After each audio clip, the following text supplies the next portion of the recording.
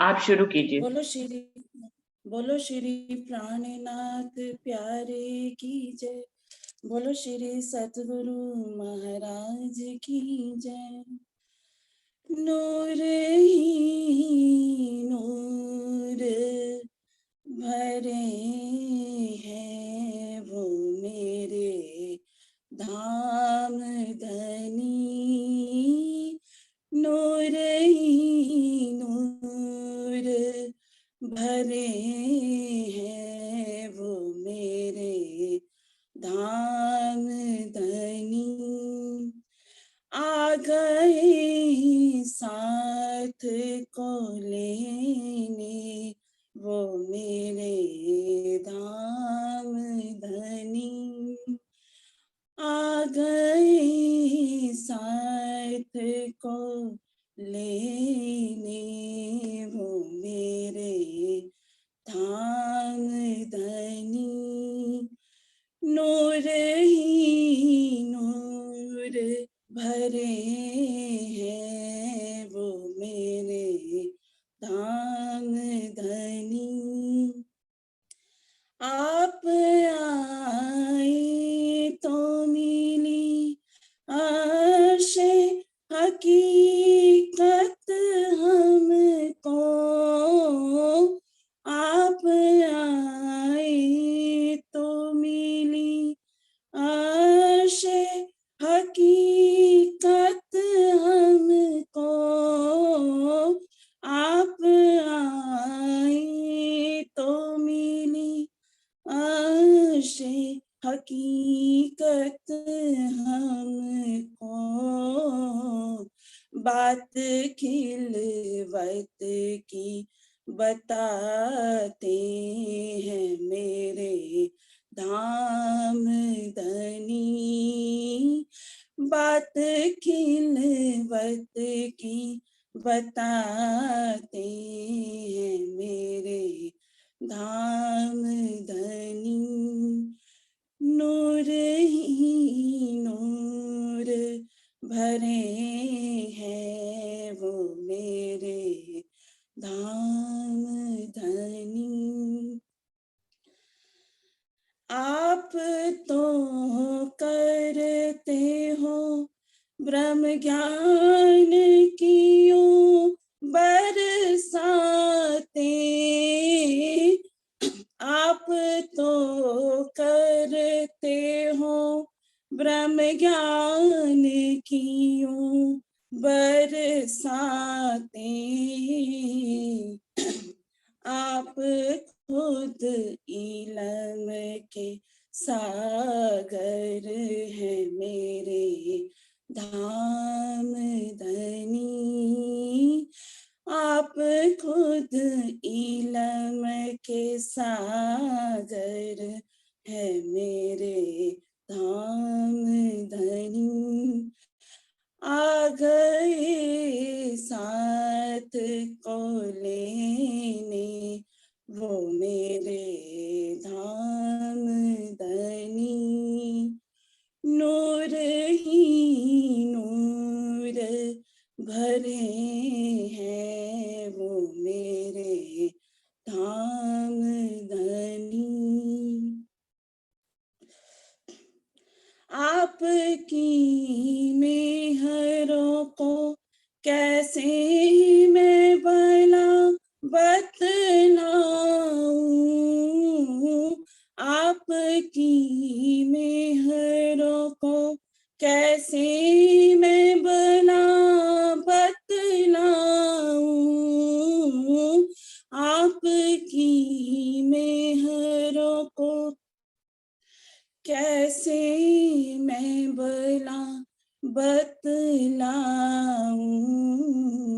लाए निज घर के उजाले वो मेरे धाम धनी। लाए निज घर के उजाले वो मेरे धाम धनी। नूर ही नूर भरे हैं वो मेरे धाम धनी। बात खिलवत की बताते हैं मेरे दाम धनी। आप खुद इलम के सागर हैं मेरे धाम धनी। नूर ही नूर भरे हैं वो मेरे धाम धनी। बोलो श्री प्राणनाथ प्यारे की जय। बोलो श्री सद्गुरु महाराज की जय। धन्यवाद क्षमा। प्रणाम जी, सभी सुंदर साथ जी को प्रेम प्रणाम जी।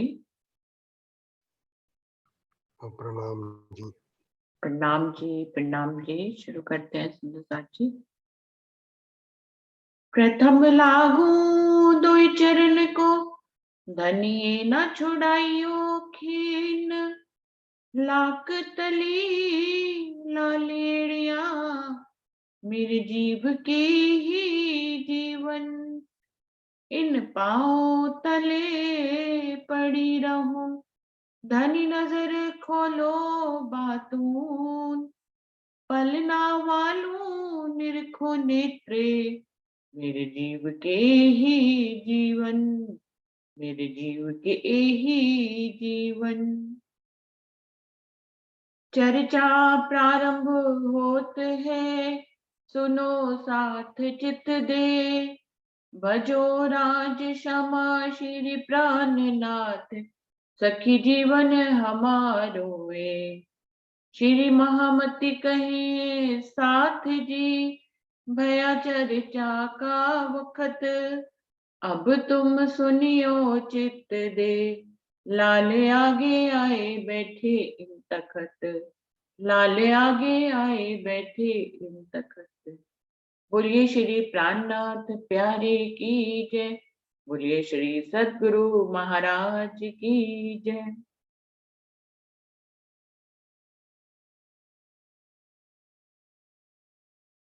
बीतक साहब वाणी का 37वां प्रकरण पूरा हुआ, जिसमें हरिद्वार की बीतक थी। अब हरिद्वार से शिरडी साहिब जी दिल्ली की तरफ प्रस्थान करते हैं।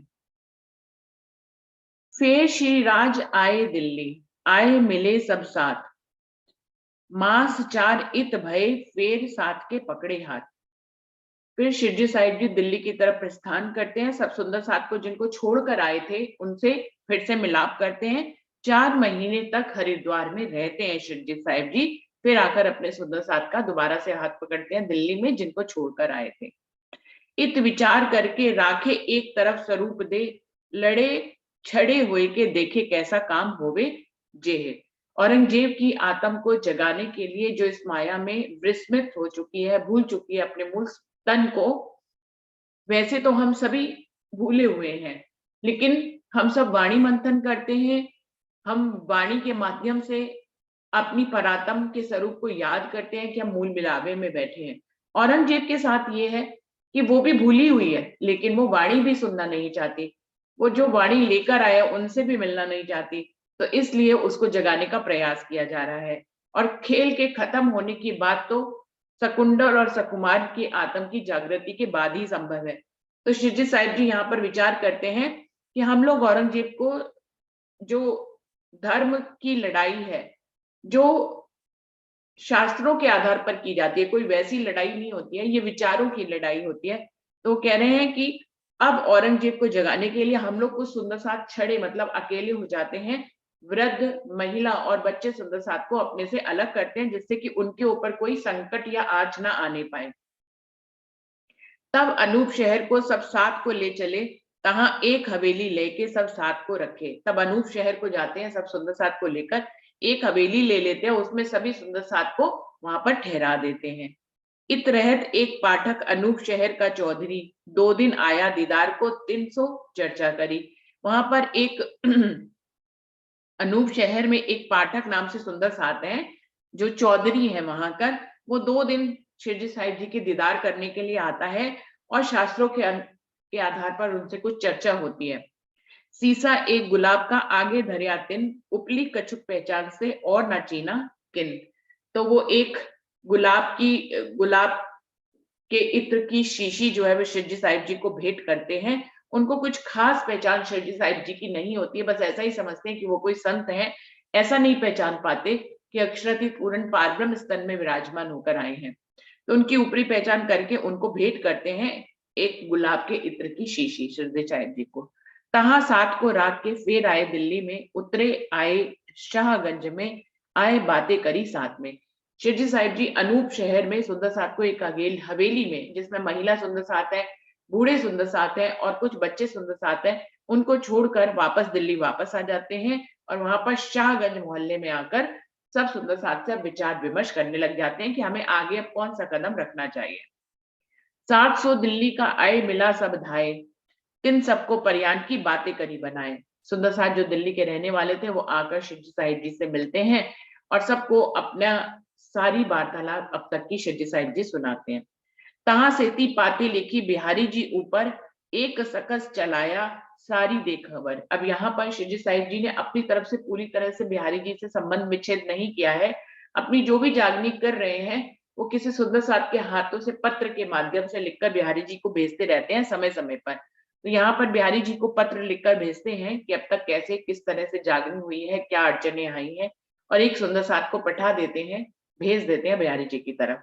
क्योंकि वहां पर उस समय ऐसी कोई डाक व्यवस्था नहीं थी कि एकदम से जो है डाकिया डाक लेकर आए, और अब तो डाकिये की भी जरूरत नहीं रह गई, चिट्ठी पत्री की भी जरूरत नहीं रह गई। सुंदर साथ जी, हम लोग के जमाने तक में चिट्ठी पत्री हुआ करती थी, डाकिया जो है डाक लेकर आता था। लेकिन अभी तो व्हाट्सएप और फेसबुक इतने एक्टिव हो गए हैं कि हमें किसी पत्र को लिखने की आवश्यकता ही नहीं है। जो भी मैसेज आप लिखिए वो मल्टीमीडिया पे एकदम से ही वो सब तरफ फैल जाता है। फिर यहाँ से चले ऊपर से जो डाकिया लेके जिस सुंदर साथ को भेजते थे वो पैदल यात्रा करके एक चिट्ठी पहुंचाने के लिए जाते थे। तो चिट्ठी का कितना बड़ा महत्व था कि एक चिट्ठी के संदेश को पहुंचाने के लिए एक सुंदर साथ जो है पैदल यात्रा पैदल जाता था शिवजी साहिब जी के पास। नहीं, उस समय तो जहाज वगैरह तो थे, ये तो वर्णन आ रहा है, जहाज भी थे लेकिन कभी कभी पैदल यात्रा भी की जाती थी। तो इस तरह से एक शख्स को चलाया सारी बेखबर। फिर यहाँ से चले आए लाल दरवाजे में, साथ सभी मिलके परियान किया तिन से। फिर यहाँ से जो है सभी सुंदर साथ के साथ लाल दरवाजे पे आ जाते हैं। वहां पर सभी सुंदर साथ के साथ मिलकर इस बात के लिए विचार करते हैं कि औरंगजेब को संदेशा कैसे भेजा जाए। आशा जीत बुलाइया, सुनाए सब कलाम, सिफत जो तिन में मोहम्मद अहिल सलाम। एक आशा जीत सुंदर साथ जो पहले भी शिवजी साहिब जी से मिले हुए थे, उनको बुलाते हैं और उनको अपने सारे कलाम सुनाते हैं, जिसमें मोहम्मद साहब की बहुत बढ़ियाई की गई थी और उनको नारायण के साथ जो है कंपेयर किया गया था। वो जो है सिफत मोहम्मद की जो है उस प्रकरण में थी, वो उनको सुनाते हैं। नबी और नारायण की कहूँ सुनाई पहचान, तबे बात सुन के खड़बड़ पड़ी ईमान। अब नबी और नारायण में क्या फर्क है, मोहम्मद साहब और नारायण में क्या फर्क है, किसकी पहुंच कहां तक है। मोहम्मद साहब ने मेराज में राज्य का दर्शन किया और नारायण की पहुंच कहां तक है, अक्षर के अव्याकृत स्वरूप मन तक है, वहीं से उनकी उत्पत्ति होती है। तो कह रहे हैं नबी और नारायण की फर्क की जो है ये सनंद जो है उनको सुनाते हैं, जिसमें दोनों का भेद है कि कौन कहां से आया है और उसकी पहुंच कहां तक है। तो जब ये बात सुनते हैं आशा जी, तो उनके ईमान में जो है उनका ईमान डोलने लग जाता है कि ये तो हिंदुओं के जो सबसे महान परमात्मा है, सबसे उच्च परमात्मा है, ये तो उनको ही मोहम्मद के सामने जो है उनकी पहुंच को ही कम दिखा रहे हैं इस प्रकरण में। तो फिर सब तरफ तो मुसलमान ही छा जाएंगे, हिंदुओं का क्या रहेगा, हिंदू तो खड़े ही नहीं हो पाएंगे।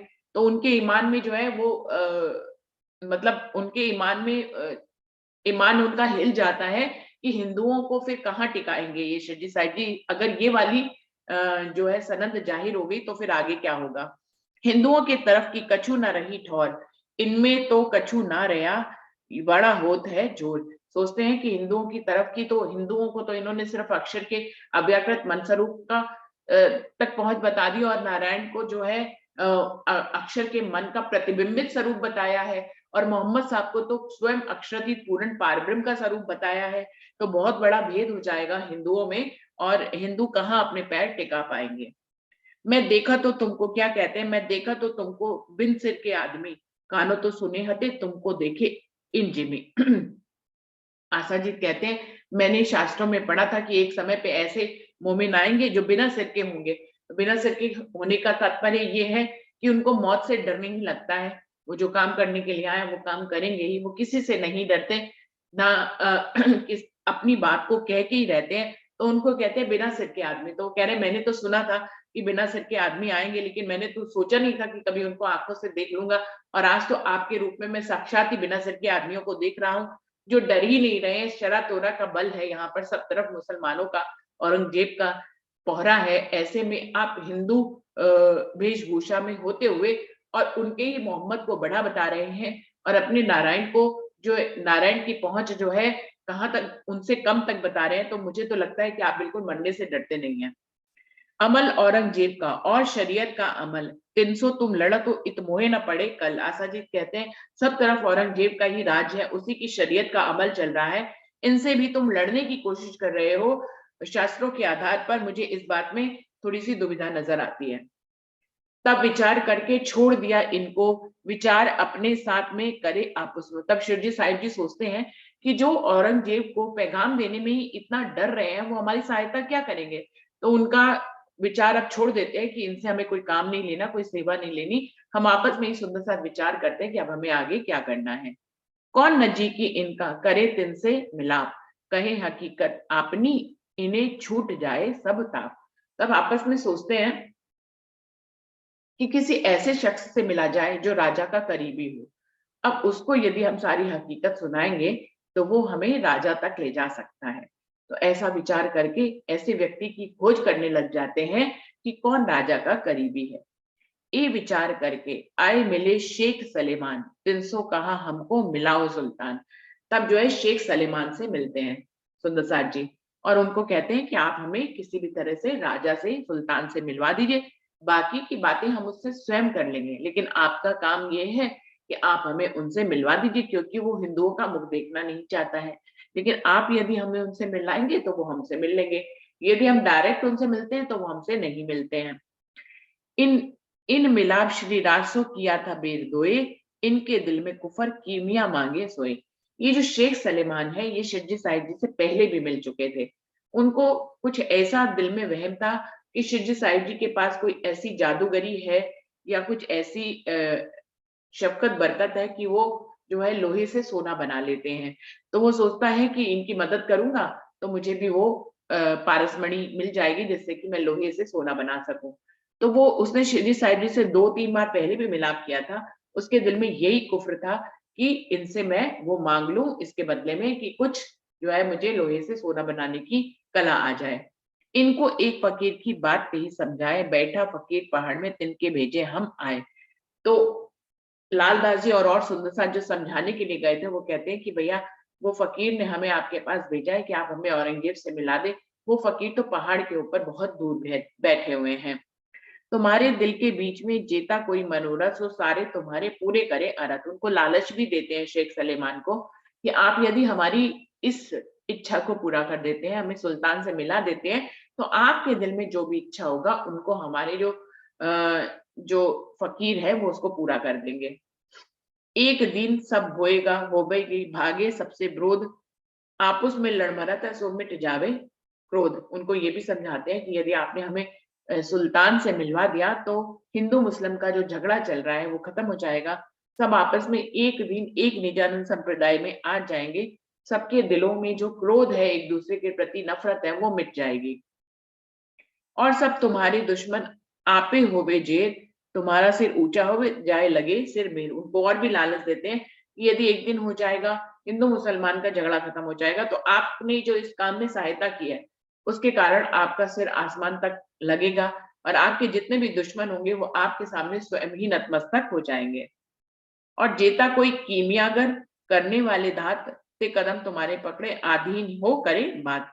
और कहते हैं कि आपको हमसे क्या मांगना है, आप यदि इस काम में हमारी सहायता करेंगे तो जब एक दिन हो जाएगा तो जितने भी कीमियागर हैं, जितने भी जादूगर हैं जो लोहे से सोना बनाते हैं, ऐसे बड़े बड़े जो है कीमियागर आपके आगे आपके चरणों में झुकेंगे, तो आपको आपके अधीन होकर बात करेंगे, तो आपको तो सारी कला फिर पता लग ही जाएगी। और डर सुल्तान के रहे ना कोई कित, तुमको खुदा करे रसूल का दीदार होवे इत। और फिर जब शरा तोरा का राज्य खत्म हो जाएगा, एक दिन हो जाएगा, तो सुल्तान से फिर कोई भी नहीं डरेगा, रहे ना कोई किन, कहीं पे भी सुल्तान का डर नहीं रहेगा। और तुमको रसूल, खुदा की सहायता करने वाला रसूल कहा जाएगा, सभी तुम्हारा दीदार प्राप्त करेंगे। तुमको खुदा करे रसूल का दीदार होवे इत। जब ये बात लिख दई तब इत शेख सलेमान, तब इत की पातशाही कौन करे सुल्तान। जब ये वो कहता है कि अच्छा आप ये सारी बातें लिख के दीजिए कि आप हमारे साथ ये करेंगे, तो सब सुंदर सातों को लिख कर दे देते हैं। अब जब देखता है कि सुंदर सात में बहुत दृढ़ता है, वो ऐसा हो ही जाएगा तभी तो लिख के दे रहे हैं, तो शेख सलीमान के दिल में ये इस बात की दहशत बैठ जाती है कि यदि हिंदुओं का राज हो जाएगा तो मुस्लिम राज्य फिर कैसे रहेगा। तब इनकी पातशाही कौन करे सुल्तान। सुल्तान को जब सब एक दिन ही हो जाएगा, लड़ाई ही खत्म हो जाएगी, तो फिर यहाँ की पातशाही कौन करेगा। सुल्तान भी झुक जाएगा, इधर के लोग भी झुक जाएंगे, तो पातशाही कौन करेगा, ऐसा उसके मन में दुविधा उत्पन्न हो जाती है। तब जवाब इनको दिया, इन फकीर की पातशाही हक्के दई दीन की जाहिर की न दिखाई। वो पूछते हैं कि तब यहाँ की पातशाही कौन करेगा, तो सुंदर साहब कहते हैं जो हमारे फकीर हैं वो स्वयं ही पातशाह हैं, और उनको धनी ने, उनको परमात्मा ने दीन की पातशाही करने की हुकूमत दी है। जाहिरी में वो फकीर जैसे हैं, लेकिन उनको खुदा ने खुद पातशाह से कम नहीं बनाया है, तो वो दीन की पातशाही करते हैं, धर्म की पातशाही करते हैं। जाहिरी में उनके पास भले चाहे कोई पातशाही आपको दिखाई ना दे, लेकिन खुदा उनके साथ है। जो कोई होवेगा फकीर हक ताला की तरफ, सो दुनिया मुर्दार की थूक न काढ़े हरफ। ये जो हमारे फकीर हैं, इनके लिए दुनिया जो है बिल्कुल बेकार के समान है, थूक के समान है, और ये दुनिया को मुर्दार समझकर छोड़ देते हैं। इनको तो सिर्फ धर्म और संप्रदाय से मतलब है, ये उसी की ही पातशाही करते हैं, और खुदा इनके साथ रहता है, और ये धर्म को ही आगे बढ़ाते हैं।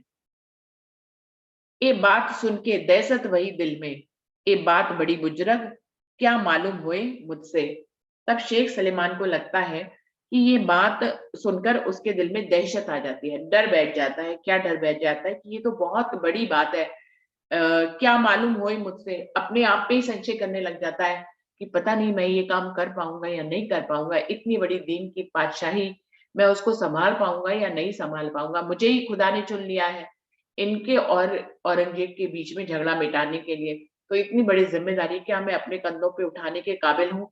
तो खुद पे ही संशय करने लग जाता है कि क्या मालूम होए मुझसे कि पता नहीं मैं ये काम कर पाऊंगा या नहीं कर पाऊंगा।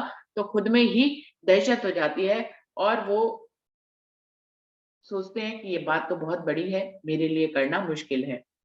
मोहम्मद कहे मोमिनो याद करो हजरत, जो लड़ाई तुम करी कायम करने क़यामत। लालदास जी महामती जी कह रहे हैं, हे परम धाम के मोमिनो, आप उस समय को याद करो, ये लड़ाई जो हजरत ईसा रुअल्लाह अपने दूसरे जामे में कर रहे हैं, और औरंगजेब के साथ कर रहे हैं, शरा तोरा के साथ कर रहे हैं, जो मुस्लिमों का राज्य है उनके साथ जो लड़ाई कर रहे हैं और कयामत करना चाहते हैं, आप उस समय को याद करो, क्योंकि आप भी उस पल में पहले से ही शामिल थे। भले चाहे आज आपको कुछ याद हो ना हो, उस पल में हम सब सुंदर साथ शामिल थे। तो यहाँ पर महामती जी हमें वही बात याद कर रहे हैं कि याद करो, आप लोग याद करो हजरत, जो लड़ाई तुम करी कायम करने क़यामत, कि तुम लोग इस लड़ाई में शामिल थे, वो समय, उस समय को आप लोग याद करो। प्रकरण 38 चौपाई 1847, यहाँ पर ये 38वां प्रकरण पूरा हुआ। अभी 29वें प्रकरण के ऊपर आगे बढ़ते हैं। लाल दरवाजे की हवेली में श्री राजे किया हुक्म, लाल गोवर्धन को कया जाए मुल्ला पूछो तम। अब लाल दरवाजे की हवेली में शिवजी साहिब भी सुबह सुंदर साहब के साथ वहां पर विराजमान है, वहां पर रुके हुए हैं। ऐसे में क्या हुक्म करते हैं श्री जी साहिब जी, गोवर्धन भाई और लाल दास जी को हुक्म करते हैं कि आप किसी मुल्ला के पास मस्जिद में जाइए और उनके कुरान की हकीकत को समझ कर आइए कि उनके कुरान में आखिर लिखा क्या है, क्या कुरान में कहते हैं, कैसी है मजकूर किनको ए ठहरावत है सो गुज आगे करो जहूर, कि आप लोग जाइए उनसे बात कीजिए, उनसे बात करके पता लगाइए कि कुरान में खुदा किसको कहा गया है, किसको वो खुदा कहते हैं, उसकी जो है उसका धाम कहाँ है, उसकी रहनी कैसी है, उसका स्वरूप और श्रृंगार कैसा है, इसके बारे में आप पता करके आइए और मुझे आकर फिर बताइए। इन समय काम करन की उरज रही सब बात, कैसे कर पहचानेगा अपनी असल जात। अब इस समय सब लोग शिरजी साहिब जी और सभी सुंदर साहब इस बात में उलझे हुए हैं कि जो अपनी ही आत्म है परम धाम की, औरंगजेब के अंदर जो हमारी परम धाम की आत्म है वो कैसे पहचानेगा, उसको हम किस तरह से पहचान कराएं, क्योंकि वो एक ऐसे धर्म और संप्रदाय में है जहां बड़ी कट्टरपंथता है, जहां पर अपने धर्म को छोड़ा नहीं जाता है, बल्कि उसके नियमों की कट्टरता को जो है बड़े कट्टर ढंग से पालन किया जाता है।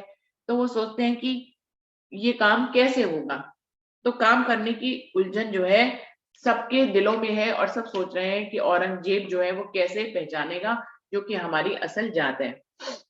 लाल गोवर्धन गए एक मुल्ला पास महजद, बातें सुनत मुल्ला की आपस में भई जिद। तो दोनों लालदास जी और गोवर्धन भाई दोनों जो है मुल्ला एक महजद में जाकर मुल्ला से मिलाप करते हैं और मुल्ला की बातें सुनते हैं कि कुरान में क्या क्या लिखा है। आपस में भई जिद, ऐसी बात उसकी सुनते सुनते आगे किस्सा बताएंगे कि क्या हुआ कि दोनों आपस में लड़ बैठते हैं। मुल्ला के बातन की लाले भई पहचान, ये तो हमारे घर की तहकीक भया ईमान। जब मुल्ला से जो है परमधाम की बातें कुरान में जो लिखी हुई थी उनको जब समझते हैं तो लालदास जी को बहुत पहचान हो जाती है और वो कहते हैं अरे भाई इसमें डरने वाली बात ही क्या है, ये तो हमारे घर की ही बातें हैं, जिस घर के हम रहने वाले हैं इसमें तो हमारे घर की ही गवाही है। तो तहकीक भया ईमान, उनका ईमान और अधिक बढ़ जाता है शिवजी साहिब जी के ऊपर, परमधाम के ऊपर, राजी महाराज की सेवा और प्रेम समर्पण में उनका जो है विचार और अधिक बढ़ जाता है, उनका ईमान और अधिक दृढ़ हो जाता है कि देखिए शिवजी साहिब जी जो कुछ भी बता रहे हैं वो तो कुरान में पहले से गवाही के रूप में है, तो खुद से उस गवाही को जब समझते हैं तो उनका ईमान और अधिक बढ़ जाता है। गोवर्धन के दिल में डर रहे मुसलमान, पोहरा औरंगजेब का जिन कोई सुने काम, और गोवर्धन जी हैं जब कुरान की बातें वो भी सुनती हैं तो उनके दिल में मुसलमानों का डर आ जाता है। वो सोचते हैं कि औरंगजेब का ही पहरा चारों तरफ है, अब वो हमारी बात को हम जब हिंदवी कलामों में बताएंगे तो भला वो क्यों कर सुनेगा और उसका मिलाप कुरान के साथ कैसे होगा, ये वक्त कैसे हम इस वक्त तक पहुंचेंगे कि हम कुरान के साथ अपनी बात का मिलान कर पाए। तो चारों तरफ मुसलमानों का पहरा है, हिंदुओं की बात वो सुनते नहीं है, ऐसे में हिंदुओं की कोई बात को उठाकर यदि औरंगजेब के सामने किया जाएगा तो सर कलम होना तो निश्चित है। तो गोवर्धन भाई जी जो है वो डर जाते हैं और उनके ईमान में विघ्न पड़ जाता है। इस वास्ते झगड़ा भया लाल बातें करे मिने जोश, टूक टूक होवे इन बात पर दुनिया थी फरामोश। इसलिए दोनों के बीच में झगड़ा हो जाता है, एक ही कुरान को सुनकर दोनों लोग अलग अलग भावों से उनको लेते हैं, एक को डर बैठता है, एक का ईमान और अधिक बढ़ जाता है और एक का ईमान हिल जाता है।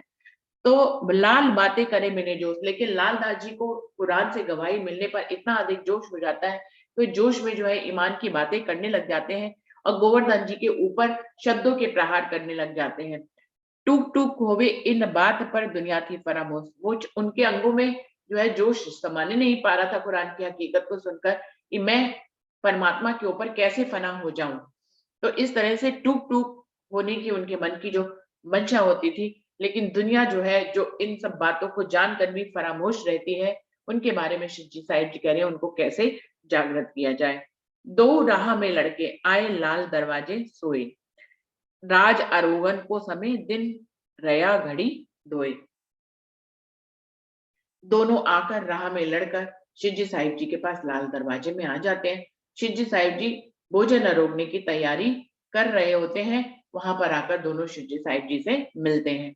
ऊंचे अटारी पर बैठे हते श्रीराज, गोवर्धन ता पहुंच के कही सुनी चर्चा जो आज। शिवजी साहिब जी दूसरी भूमि में अटारी पर बैठकर भोजन करने की तैयारी कर रहे थे, ऐसे में गोवर्धन भाई पहले दोनों रास्ते में लड़ रहे होते हैं, तो एक साथ गए तो थे लेकिन आते समय दोनों लोग जुदा हो जाते हैं। गोवर्धन भाई के दिल में जो ईमान में खलल पड़ गई है वो पहले पहुंच जाते हैं शिवजी साहिब जी के पास और वहां पहुंचकर सारी चर्चा कुरान की सुनाने लग जाते हैं जो बात हुई थी। मुल्ला से। तो गोवर्धन तहाँ पहुंच के कई सुनी चर्चा, जो चर्चा सुन के आते हैं उनसे, वो शिरडी साहिब जी को बताने लग जाते हैं। इतनी बेर में तितही लालदास आए पहुंचे, बातें सुनी तिनकी कही गोवर्धन छे। उसी समय ऊपर से लालदास जी भी अलग रास्ते से वहां पर उपस्थित हो जाते हैं और वो उनकी गोवर्धन की सारी बातें सुन लेते हैं कि ये अब यहाँ तो बड़ी बड़ी ईमान की बातें कर रहे हैं, वहां इनका ईमान जो है वो गिर गया था। तो उनकी बातें सुन लेते हैं कि इनका तो ये दोगलापन है। अभी वहां तो डर की बातें कर रहे थे, मुसलमानों के डर की, और यहाँ पे शिवजी साहिब जी के सामने बड़े जोश से जो है ईमान की बातें कर रहे हैं। वहां की बातें सुन के कहने लगा, जब एजो लालदास ने अरज करी तब सब। तो जब ये बातें सुनते हैं गोवर्धन भाई की, तो लालदास जी आकर शिवजी साहिब जी के सामने क्या अर्ज करते हैं, हमारा इन चटाई पर मन होते और यहाँ से इतनी उठ जात है, तब चहन न रह बैठो, कि आपकी जहां आप विराजमान होते हैं वहां इतनी शफकत बरकत होती है कि आपकी चटाई पर बैठते ही हमारा मन कुछ और हो जाता है।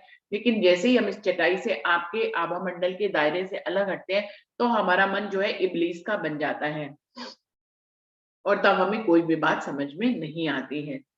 तब भाई गोवर्धन को रीस चढ़ी बनाए, ए सब मुंह को कया तुम जानत नहीं था। तो गोवर्धन जी ऐसे में बड़े जोश में उठकर बैठते हैं और शिवजी साहिब जी को कहते हैं कि ये जो ताना मार रहे हैं ना लालदास जी, ये मुझे ही मार रहे हैं। अभी शिवजी साहिब जी को कोई किस्सा नहीं मालूम है कि गोवर्धन और लालदास में कोई झगड़ा भी हुआ है, लेकिन गोवर्धन जी जो है वो कच्चे हैं। पहले तो आकर खुद ही अपने ईमान की बातें करते हैं, और जब लालदास जी कहते हैं कि इस चटाई का, हमारा ईमान तो इस चटाई का ही है, वो गोवर्धन जी का नाम भी नहीं लेते, वो खाली यही कहते हैं कि हमारा हमारा मतलब सबका, हमारा ईमान तो इस चटाई पे है, इसके ऊपर रहते तो ईमान की बातें करते हैं, इससे हटते हैं तो जो है हमारा ईमान गिरने डगमगाने लग जाता है। लेकिन गोवर्धन जी के मुंह से निकल जाता है कि ये लालदास जी जो ताना मार रहे हैं वो सब मुझको ही मार रहे हैं। ये सब मुंह को कया तुम जानत नहीं पाए। शिवजी साहिब जी को कहते हैं कि आप असली बात नहीं जानते हैं, ये सब कुछ मुझे ही नीचे गिराने के लिए इस तरह के ताने मुझे मारे जा रहे हैं।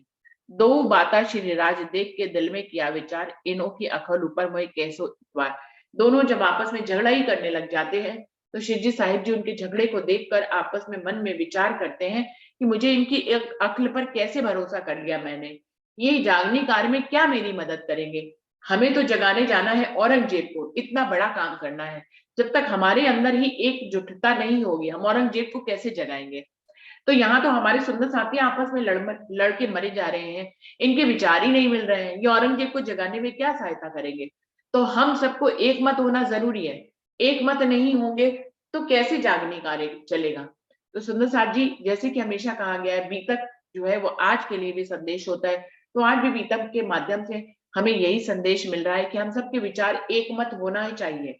यदि हम अलग अलग विचारों से चलेंगे तो परम धाम कैसे वापस जाएंगे। जब तक एक विचार ही नहीं लेंगे सब सब मिलकर कि अब परम धाम ही वापस जाना है, धनी तुम्हारे प्रेम में ही रहना है, अब माया तो देखनी ही नहीं है, तो धनी हमें बुलाएंगे। किसी एक की अर्जी जो है वो इस तरह से पूरी नहीं होती है, लेकिन जब ये सुंदर साथ मिलकर एक अर्जी करते हैं तो उसका मतलब बदल जाता है। तो इस प्रकार से शिव जी साहिब जी सोचते हैं कि इतना बड़ा काम करने जा रहे हैं और मुझे इन जैसे सुंदर साथ की अकल पर भरोसा मुझे नहीं करना चाहिए, जो आपस में एक मत नहीं है और आपस में लड़ रहे हैं। इन समय शिवराज को नूर जोश चढ़िया जोर, आए जबराइले जोरा किया असराफीले किया शोर। उनके इस लड़ाई को देखकर शिव जी साहिब जी एकदम क्रोधित हो जाते हैं और उनके मुंह पे जो है बिजली चमकने लग जाती है, नूर का जोश जो है दिखाई देने लग जाता है। जबराइल का जोश और असराफील की बुद्धि जो है वो जो है पीछे से जोर मारने लग जाती है और शिव जी साहिब जी को बड़ा ही एकदम से जोश आ जाता है और नूर आ जाता है कि मेरे सुंदर साथ आपस में ही लड़ रहे हैं, हम कैसे जागनी कार्य करेंगे। मोह आगे बिजलियों के चमकत लहरा दई, तब शिवराज के मुख से एक बाता पुकार कही। उनके मुंह के आगे ऐसे लगता था जैसे हजारों बिजलियां एक साथ चमक रही हो। इस तरह से उनके ऊपर नूर जो है नूर बरसने लग जाता है। और तब श्रीराज अपने मुख से ये बाता पुकार कही, तब शिवजी साहिब जी अपने मुख से सुंदर साथ को ये बातें कहते हैं। क्या कहते हैं, कारखाना कागज का ए सोपिया लालदास, उदयपुर को जावई भीन मुकुंद मोमिन खास। जितना भी धर्म शास्त्रों का कागजों का जो है खजाना है वो लालदास जी को सौंप जाते हैं कि उनकी निगरानी आपको करनी है। और उदयपुर को जावई भीम मुकुंद मोमिन खास, और मुकुंद भाई और भीम भाई को उदयपुर जागनी कार्य के लिए भेज देते हैं। गोवर्धन भट्ट को कया सूरत जाओ तुम, अनूप शहर हम जाते हैं, हुआ हुकुम। और गोवर्धन भट्ट को कहते हैं कि आप जो है अब तुरंत ही सूरत की तरफ रवाना हो जाइए और अनूप शहर के लिए खुद को चुनते कि मैं अब यहाँ से अनूप शहर जाता हूँ। ऐसा ही धनी का हुक्म है। दई वस्ता जोश में शेख बदल को हुकुम, कागद लालदास को मुकुंदास तारतम। इस प्रकार से जब शिवजी साहिब जी के ऊपर जोश चढ़ जाता है तो उस जोश में वो सबको सब कुछ बांट देते हैं। शेख बदल को हुक्म की शक्ति प्रदान करते हैं। हुक्म की शक्ति प्रदान करने से तात्पर्य ये है कि वो धर्म कार्य के लिए, यदि सीधे सीधे कार्य के लिए जो भी विचार करेंगे वो तुरंत ही पूरा होएगा। तो धर्म हुक्म की शक्ति जो है शेख बदल को दे देते हैं। और कागज, जैसे कि पहले बताया, सारे धर्म शास्त्रों की कागजों की गवाहियां जो है वो लालदास जी को देते हैं और मुकुंदास जी को तारतम से रोशनी करने के लिए, तारतम से जागनी करने के लिए तारतम उनको सौंप देते हैं। तो इस प्रकार से शिवजी साहिब जी अपने जोश में आकर सभी को कुछ ना कुछ नियामतें अपनी सौंप देते हैं। बुध दई भीम को, गोवर्धन को सूरत, मुकुंद भीम उदयपुर, हम जात अनूप शहर। भीम भाई को जो है जागृत बुद्धि का ज्ञान दे देते हैं, गोवर्धन भाई को सूरत दे देते हैं और मुकुंद और भीम भाई को जो उदयपुर के सुंदर साथ है उनको जो है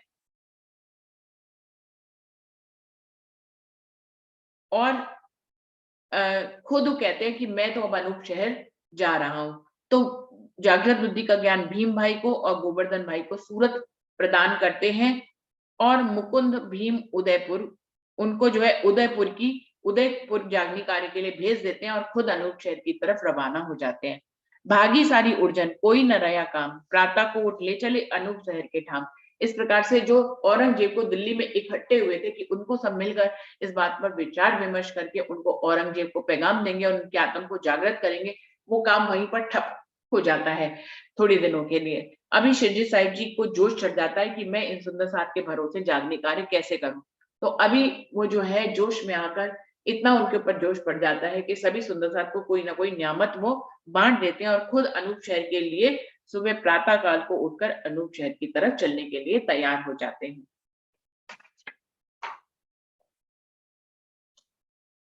महीना था आषाढ़ का, बरखत धारा अखंड, कोठी ऊपर बैठ के पहुंचे अनूप शहर तत्क्षण। वो आषाढ़ का महीना था और बरखत धारा अखंड, बारिश भी हो रही थी। ऐसे में पोठी, जो जिसके आगे घोड़ा लगा हुआ होता है, उसके ऊपर बैठकर अनूप शहर पहुंच जाते हैं।